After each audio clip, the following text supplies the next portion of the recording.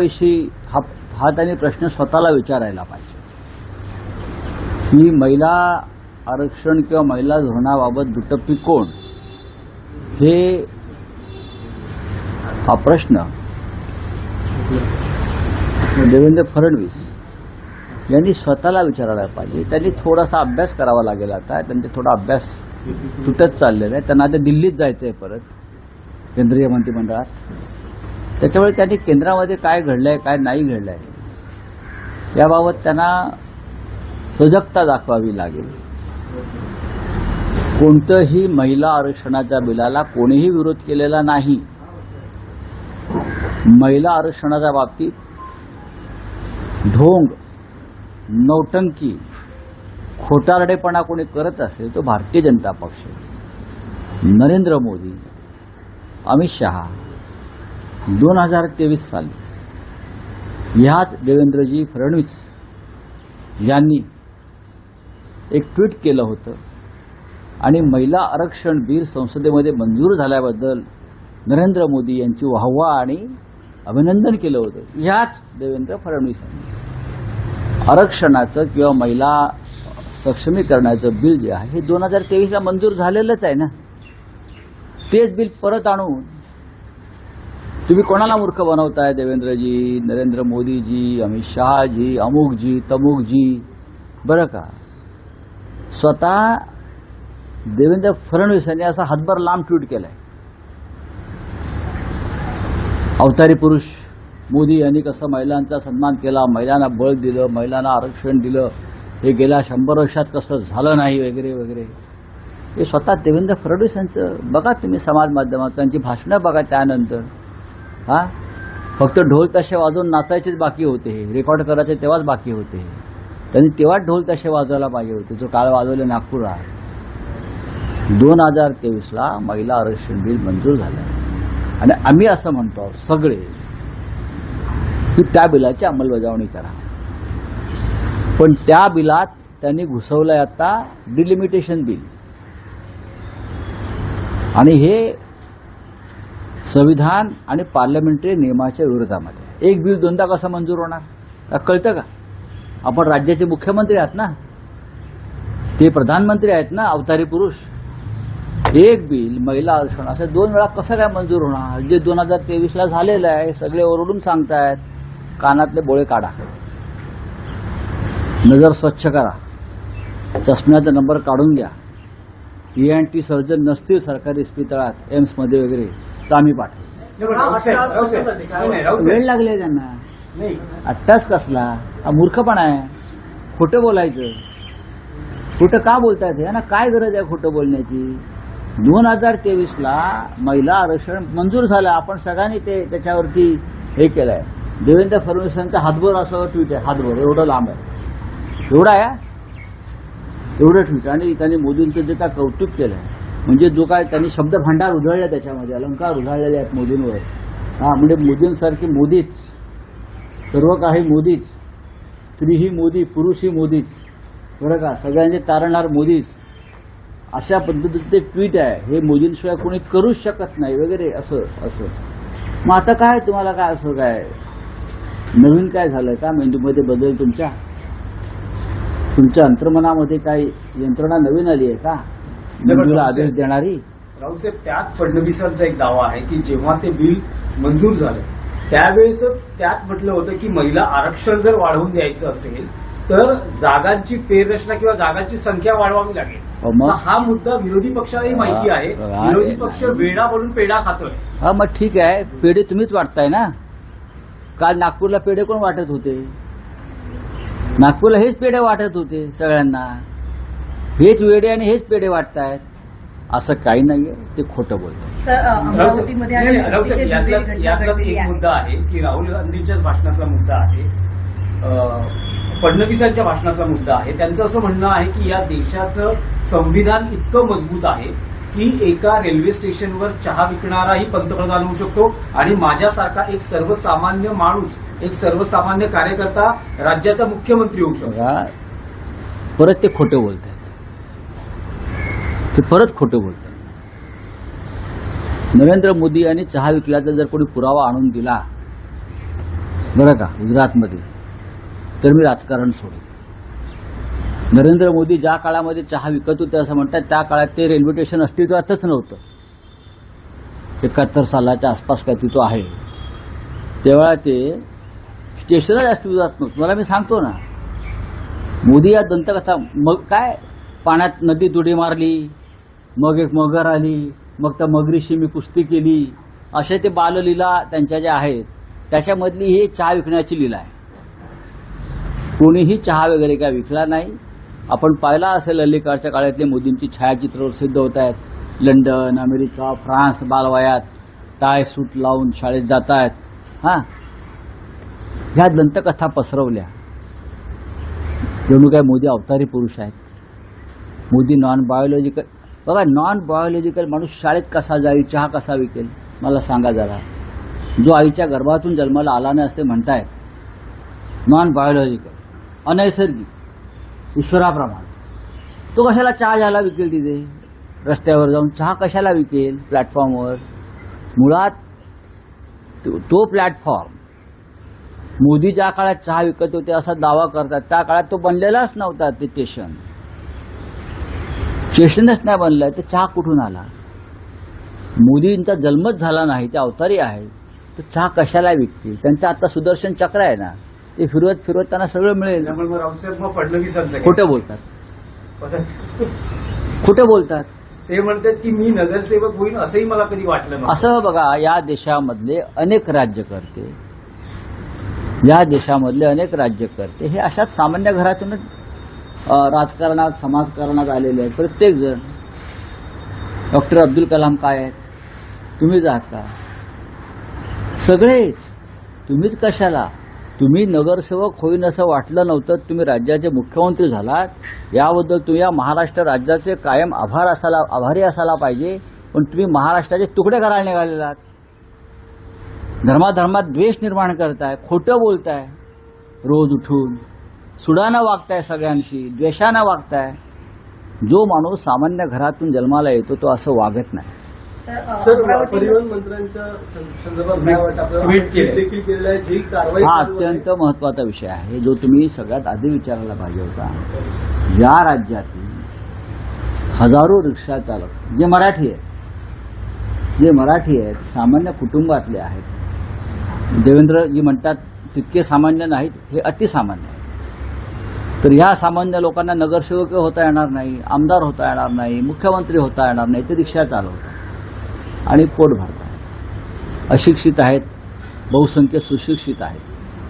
मी आता नाशिक दौऱ्यावर होतो, त्याच्या आधी इतर काही शहरात गेलो, तेव्हा जे रॅपिडो बाईक नावाचा ॲप आणि जो का प्रकार आलेला आहे बरं का, बाईक रिक्षा, त्याच्यामुळे या हजारो रिक्षा चालकांचं रोजीरोटी संकटात आली आहे. मराठीच आहेत ना. एका बाजूला तुम्ही मराठी शिका, अमराठी रिक्षा चालकांना असं सांगताय, चांगलं आहे. त्याच वेळेला जे मूळचे मराठी भूमिपुत्र आहेत त्यांची रोजीरोटी तुम्ही हिरावून घेताय. मी प्रताप सरनाईक जे परिवहन मंत्री आहेत त्यांना आज पत्र लिहिलेलं आहे आणि त्यांना सांगितलंय हे शिष्टमंडळ त्यांना भेटू इच्छित आहे, त्यांना भेट मिळत नाही. आंदोलन करू इच्छित आहेत, आंदोलनाला परवानगी देत नाही. मग प्रश्न मांडायचे कसे? मी स्वतः त्यांच्याकडे वेळ मागितला, मी या रिक्षावाल्याला घेऊन कशा करताय. आणि ही जी कंपनी आहे रॅपिडो, यांनी अनेक मंत्र्यांच्या गणेशोत्सव, दहीहंडी, लग्न कार्य यांना प्रायोजकत्व दिलेलं आहे कोट्यावधी रुपयांचं. काही मंत्र्यांना निवडणुकीचा निधी दिलेला आहे. म्हणून ही परतफेड होते आहे का? परिवहन मंत्र्यांनी स्वतः ते सामान्य घरातून आले असं नेहमी म्हणतात. आमलेट पावची गाडी मी चालवत होतो कुठेतरी डोंबिवली वगैरे भागात, ते काहीतरी आमलेट ना काय, भाजी पाव, आमलेट पाव, ते रिक्षा चालवायचे ना, भुर्जी पाव. राज्याचे डेप्युटी सीएम रिक्षा चालवायचे असा दावा आहे त्यांचा. अर्ध्या मंत्र्यांचा दावा आहे, कोणी पानपट्टीवर बसायचं, कोणी ह्याच्यावर बसायचं. मग ही सगळी मुलं जी आहेत रिक्षा चालक गरीब, त्यांच्यावर तुम्ही अन्याय का करताय? कॅबिनेटमध्ये तुम्ही बंड का करत नाही या रिक्षा चालकांसाठी? कोणाचा दबाव तुमच्यावर आहे? दिल्लीतल्या चहावाल्याचा आहे का? सांगा ना तुम्ही. जी भाषाशक्ती केलेली आहे त्याच्यावर अखिलेश यादव यांनी टीका केलेली आहे आणि भाजपातले मुंबईतले मंत्री किंवा नेते हे थंड पडलेत का, ते या भाषेच्या संदर्भात का काही करत नाही? जी नाही, अखिलेशजींनी असं सांगितलेलं आहे की स्थानिक भाषा यायला पाहिजे. अनेकांनी हे सांगितलं. गिरिराज सिंग आले होते काल, त्यांनी म्हटले की भूमिपुत्रांना, इकडल्या लोकांना व्यवसाय करताना स्थानिक भाषा यायला पाहिजे, पण हा नियम सगळ्यांसाठी सारखा हवा. आता कॉर्पोरेटमध्ये लोक काम करतात, ते कुठे मराठी बोलतात, त्यांच्या कानाखालीच मारायला पाहिजे. मग मुंबईतल्या कॉर्पोरेट क्षेत्रात किती लोकांना मराठी येत आहे, किती लोक इकडला मराठी धर्म पाळतात, हा तो विषय. आणि हा विषय योग्य आहे. इथे राहणाऱ्या प्रत्येकाला मराठी भाषा आलीच पाहिजे. मग तो एखाद्या कॉर्पोरेट कंपनीचा संचालक असेल, डायरेक्टर असेल, काम करणारा असेल, कुणी यायचं बाहेरून आणि मराठी भाषेचा अवमान करायचा. फक्त रिक्षा चालकच कशाला? कायदा आहे ना इथे मराठीचा, तो सर्वांना अंमलात आणावा, असं अखिलेश यादव यांचं म्हणणं आहे. मोठी दुर्घटना घडलेली आहे. अमरावतीच्या रुग्णालयामध्ये आग लागली. 39 जे नवजात बालक होते ते प्रभावित झाले, तर 3 बालकांचा जागीच मृत्यू झाला. हो, मग त्याच्यात आता राज्याचे जे मुख्यमंत्री आहेत देवेंद्र फडणवीस, ते हे राहुल गांधीमुळे झालं असं म्हणणार आहेत का? काय की पंडित नेहरूमुळे झालं? तुमचं राज्य हे रसातळाला गेलेलं राज्य आहे. आरोग्य, शिक्षण, रस्ते विभाग, कुठे एकही खातं नीट चालत नाही. मुलं जळली जात आहेत, मारली जात आहेत, खड्ड्यामध्ये लोक पडून मृत्यू होत आहेत. आणि तुम्ही हे राहुल गांधीची स्पर्धा करताय. राहुल गांधीची स्पर्धा तुम्हाला शक्य नाही देवेंद्र. या क्षणी राहुल गांधी खूप पुढे निघून गेले. हे काल जे होते हे स्वयंसेवकांची मुलं होती त्यांच्या. बरं, इथे एरवी फुल हाफ पॅन्ट घालतात, त्यांना काल फुल पॅन्ट घालून बसवलं होतं कालच्या त्या ह्याच्यामध्ये. हे त्यांनाही माहिती आहे देवेंद्रजींना. आणि सगळा पेड इव्हेंट होता. काही कोटी रुपये खर्च झाले. हा खर्च कोणी केला? जो ठेकेदार शालेय पोषण आहारामध्ये भ्रष्टाचार करतो, वाटाणावाला, बरं का, वाटाणा शिजत नाही ना 13 शिट्यानंतर, पगारिया नागपूरचा, तो हे खर्च करतो सगळे, म्हणून त्याला कॉन्ट्रॅक्ट मिळतात.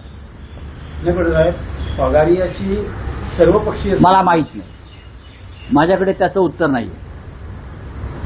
कोणी असेल, जर त्याने गुन्हा केलाय तर त्याच्यावर कारवाई व्हायला पाहिजे आणि त्याचं कॉन्ट्रॅक्ट रद्द केलं पाहिजे.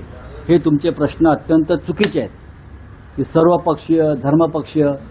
गुन्हा केलाय ना, आता झालाय ना, तुम्ही त्या मुलांची बाजू घेतली पाहिजे. पत्रकारांनी पगाराची काय बाजू घेते? पगार या सगळ्या पक्षाचा आहे म्हणून. माझा आहे का? माझं कोणी नाही, मला माहित नाही, मी पक्ष बघत नाही.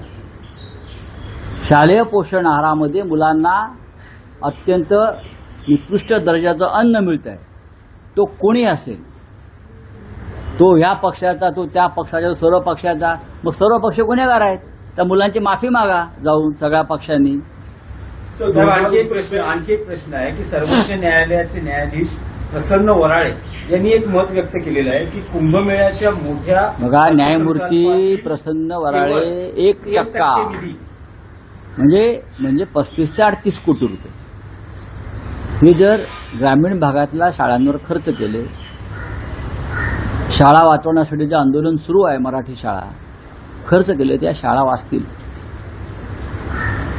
अशा प्रकारचं विधान सुप्रीम कोर्टाचे न्यायाधीश न्यायमूर्ती प्रसन्न वराळे यांनी केलं आहे. आणि ते अत्यंत महत्वाचं विधान आहे. आम्ही तेच सांगतो. नाशिकच्या कुंभमेळ्यामध्ये 38,000 नाही, आता 45,000 कोटीपर्यंत बजेट गेलं आहे. त्यातले फक्त 10 ते 15,000 कोटीच खर्च होणार आहे. फार तर बाकीचे सगळे ठेकेदारांच्या माध्यमातून मंत्र्यांच्या, कुंभमेळा मंत्र्यांच्या, चंपतरायच्या खिशात जाणार आहे सगळ्यांच्या. हे मी उदाहरण दिले आहे तुम्हाला. एकाच दिवशी 27 कोटी रुपये मंत्र्यांच्या जावयाच्या खिशात गेले फक्त दलालीमध्ये. या कंपनीला कॉन्ट्रॅक्ट दिलं 76,000ला, तुम्ही खाली दुसऱ्या कंपनीला तेच कॉन्ट्रॅक्ट दिलं 55,000ला, एकदम खाली आलं 35,000 कोटीला.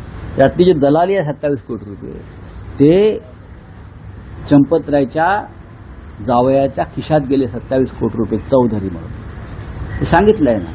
हे जर शाळांना खर्च केले, शाळांवर न्यायमूर्ती वराळे म्हणतात त्याप्रमाणे, पुण्याला न्यायालय जबाबदार आहे की भ्रष्टाचाराच्या प्रकरणावरती निकालच लागत नाहीत. चला, थँक्यू. बोलिए. 2029 में जो एनडीए है वो तैयारी कर रही है कि वन इलेक्शन तैयारी कर रही है. कौन कर रही है? एनडीए से मंथन कर रही है इसका. हाँ, तो करने दो ना, मंथन चिंतन करने दो. कितना भी मंथन करे, कितना भी चिंतन करे, लेकिन 2029 में ये लोग सत्ता पे नहीं आएंगे. राहुल गांधी बहुत आगे निकल चुके, बहुत आगे, देश के अनडिस्प्यूटेड लीडर बन गए. 2012 में जिस स्थान पर मोदी थे उस स्थान पर आज राहुल गांधी है.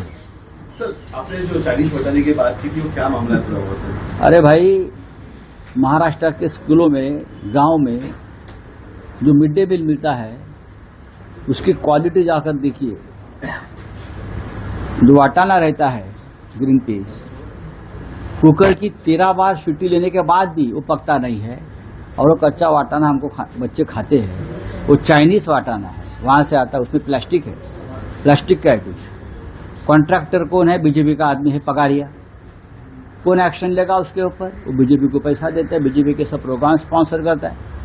प्राइम मिनिस्टर ऑफिस ने उसके ऊपर ध्यान देना चाहिए. बड़े बड़े भाषण लाल किले से करते हैं गरीबों के बारे में. वो जैन जी के आप पूरे कार्यक्रम चल रहे हैं. ये बच्चों को देखो जरा. अखिलेश कुमार का जो है हिंदी बोलने का आपत्ति है, उसमें क्या बोलना? अखिलेश यादव जी ने ऐसा कुछ नहीं कहा. यहाँ कानून है, हर स्टेट में कानून है, स्थानिक भाषा आनी चाहिए, यही अखिलेश जी ने कहा है ना. लेकिन ये कानून सबके लिए होना चाहिए. यहाँ जो कॉरपोरेट में काम करेंगे बड़े बड़े पदों पर, ऑफिसर्स में, उन्हें मराठी बोलते, उनको भी मराठी आनी चाहिए. उनके ऊपर भी मराठी की शक्ति होनी चाहिए. हर राज्य में वहाँ की लोकल भाषा लोगों ने अभिमान से